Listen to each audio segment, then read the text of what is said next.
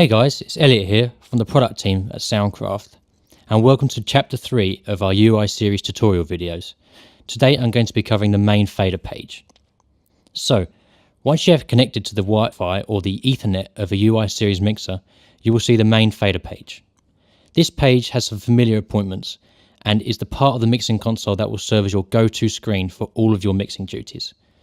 The main section of the screen displays all of the input and output fader strips present on your UI console.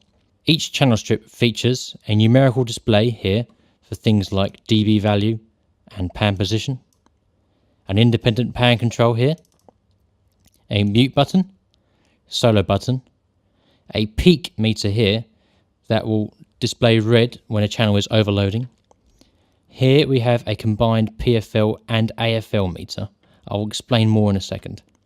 Below that we have a gate closed indicator that will light up indicating the gate is closed, and then below that further we have a gain reduction meter which corresponds to your compressor settings on that single channel. For demonstration purposes, I am sending a tone generator into channel 1 of our UI series console. You can see here that channel 1 is displaying this blue meter. A blue meter is our PFL level or pre-fade level. This meter is taken just after the gain control of our console, but before our processing channel. This means we can see how the signal is reacting in going into the console. If it was up here and peaking, we could tell that our input level is set too high. Now if I raise my fader here, you can see another level appearing. This is our AFL meter or after fade level. And this displays how our channel is outputting post-processing and post-fader into our mix bus over here. If I was running this very hot near the top, and we'd have our peak light here indicating that the channel is overloading post-processing and post-fader. We should just back that down a bit. Our channel labels here contain a few hidden settings that we can access by simply pressing and holding down on the channel label. Here we have options for loading channel presets that we have saved or factory presets that we have saved in ourselves here. We can rename the channel like so. We can also copy the channel settings and paste it to a different channel. Assign that channel to a subgroup. My colleague will be talking more about subgroups in a further video.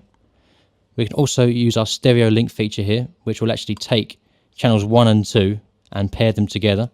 You can see now that they raise together. And we also have the pan is automatically set left and right.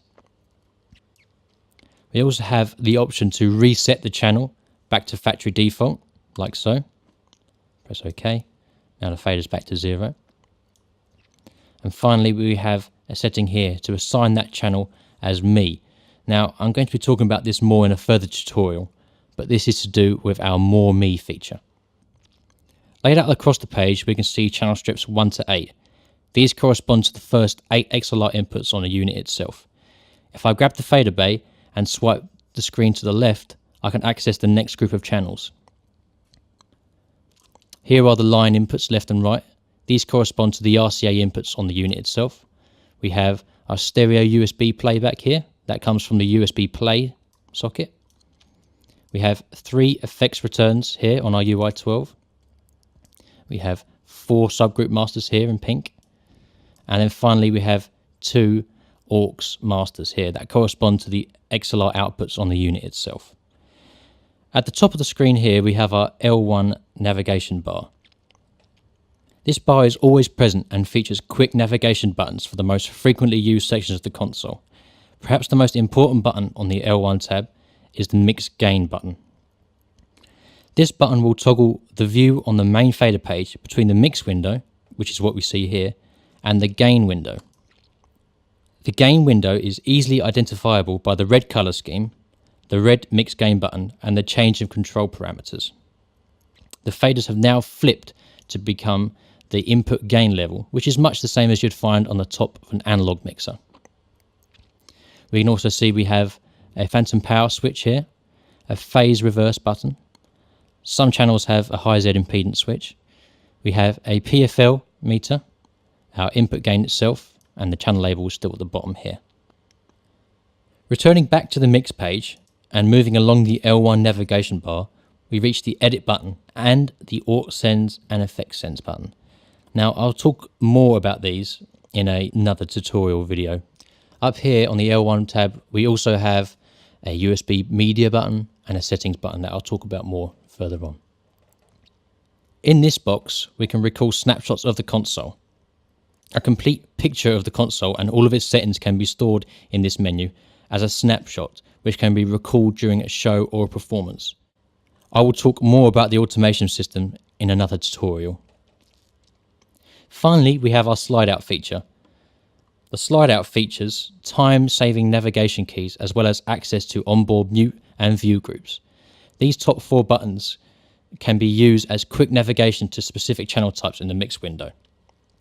If I select the aux masters, for example, the mix window displays only the 2 aux masters. If I select the effects returns button, the mix window displays only the 3 effects returns. If I select inputs up here, I can see I have input channels 1 to 7, and I can scroll across and reach channel 8 here.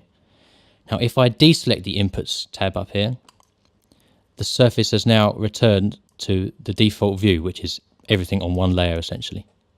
On the slide out feature itself, we have a few more buttons that we'll be talking about in a further tutorial.